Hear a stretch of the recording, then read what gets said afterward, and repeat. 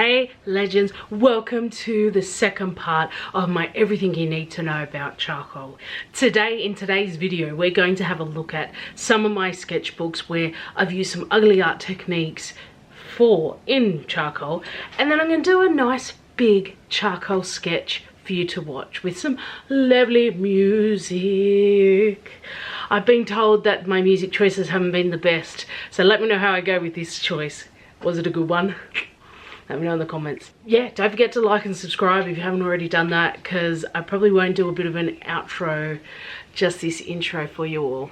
Okay, so I'm gonna actually show you now some sketchbooks where I've used my charcoal in, and I'm going to show you some ugly art techniques that work really well with charcoal. So for my workshops, I actually make each of my participants a sketchbook, and it's got all the different types of paper in there for them to try. So all the ones I just showed you, I put into a sketchbook, and I always make myself one as well.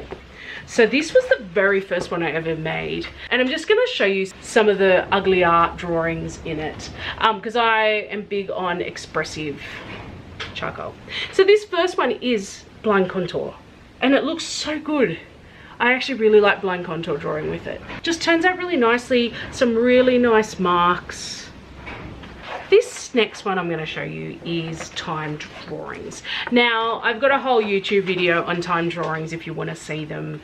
I think I started with, I do a 1 minute, a 30 second, a 15 and a 5. I didn't do all of them in this. This is the, I don't even think this is the 1 minute one. I'm not sure. This may be the 1 minute one. I'm not entirely sure of it, but I really like how this has turned out. The next one, I'm again not sure exactly how long. I actually think this one might be the 1 minute one. Either way, they're both time drawings. This one's a little bit more static, which makes me think that this is actually the 1 minute.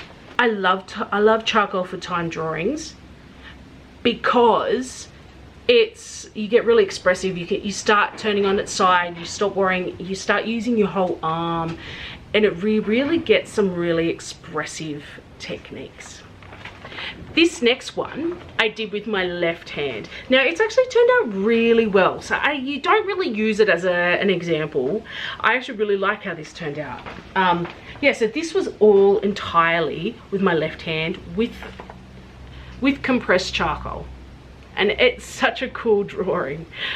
I've again got a whole video on it, but when you use your left hand, not only do you loosen up, but you also activate your right side of your brain, which is in charge of your creativity and artisticness and spatial awareness and stuff. This one, not that it looks it, but I did this with a stick. So I attached charcoal onto the end of a stick and I draw with it. So this one was with a stick, and I actually really like it. It went a bit too much with the eyes, so I think I added a little bit of white in the eyes. But yeah, really cool. The next technique that I do with charcoal is making a mess. So I get my students to make a mess, scribble all over their page with charcoal. The more charcoal, the better. And then we go into it with an eraser and use the eraser as the drawing tool. And you kind of start doing a bit of a dance between the eraser and the charcoal. That's my dog Boris. Isn't he beautiful? He's a beautiful boy. He's not with us anymore. I added a bit of white with this one too, but didn't like it. I'm not a big fan of adding white when you're, I don't know, I haven't worked out how to use the white charcoal well. And I added it here and I didn't like it.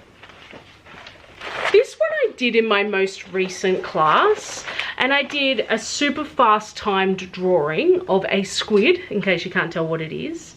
I then completely erased the picture because I wanted to show my students about like the history of marks and leaving the history of your mark making there. I erased all of it, redrew it, and then I added a little bit of colored soft pastel, and I actually really like how this turned out. Just gonna show you a couple more things, I promise.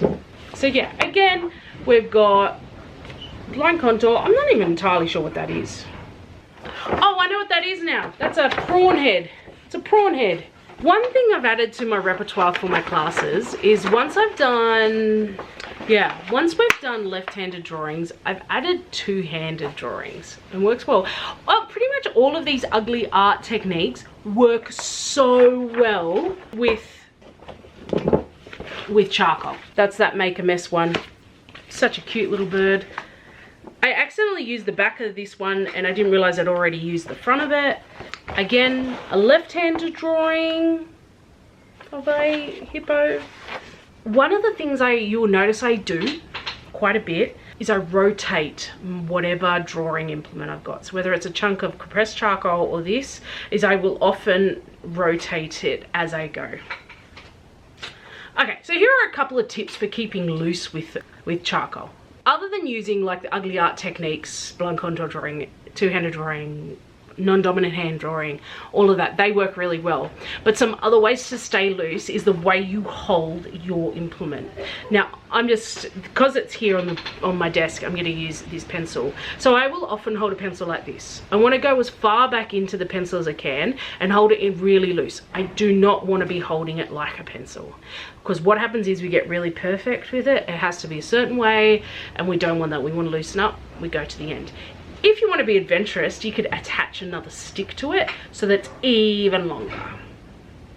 But the way you grip it is important. It's got to be loose in your hand. It can't be like tight, because that comes with the mindset of perfect. We don't want that. We want to get rid of that. I keep putting charcoal all over me. So hold it far back if you're using a pencil and really nice and loose. Same with a stick. This is often how I draw with it. Sometimes you might see me do this, but still, even when it's like this, it's quite loose. But you can see how small the movements are when I hold it like that. Whereas when I hold it like this, I tend to use my wrist and I get bigger movements. So holding it further back and changing that grip so that you're holding it really loosely in your hand will mean that you get larger, more expressive marks, even with smaller bits of charcoal. When they get really small, this is a bit of willow charcoal that's nearly done.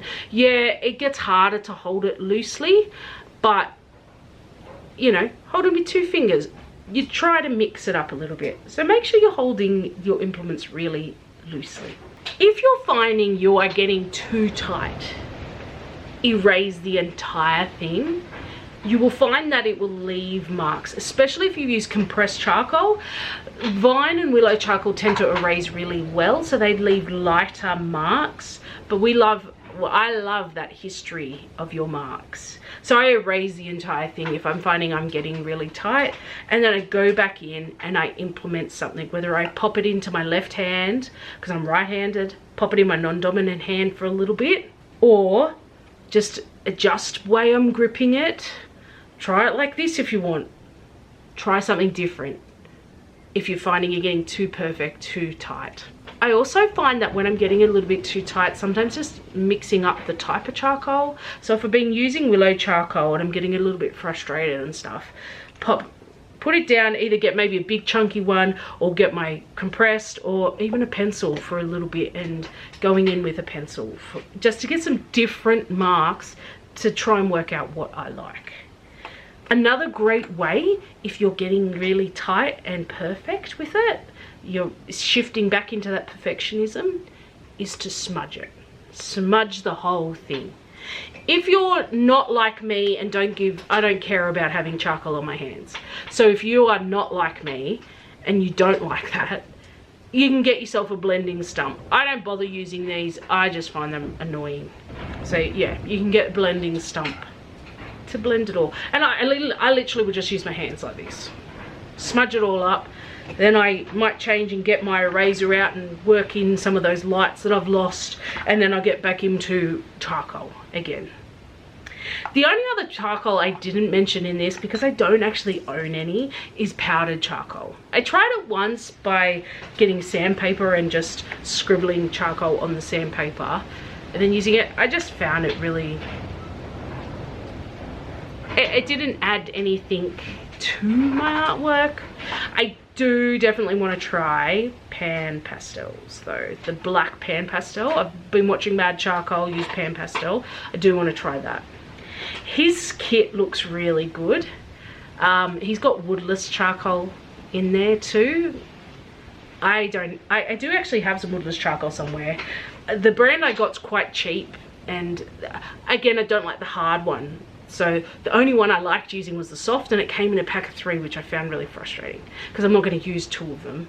So yeah, so few types of charcoal are not included in here. So let's go. I'm going to pop some music on and you can watch me do some charcoal drawing. For my big drawing, I'm actually working on a piece of Como paper, and I'm going to be using a bit of General's charcoal as well as a bit of charcoal pencil. It really depends on how I'm feeling. I might even start with a bit of willow charcoal. Yeah, I'm just going to see how it goes. Have a play.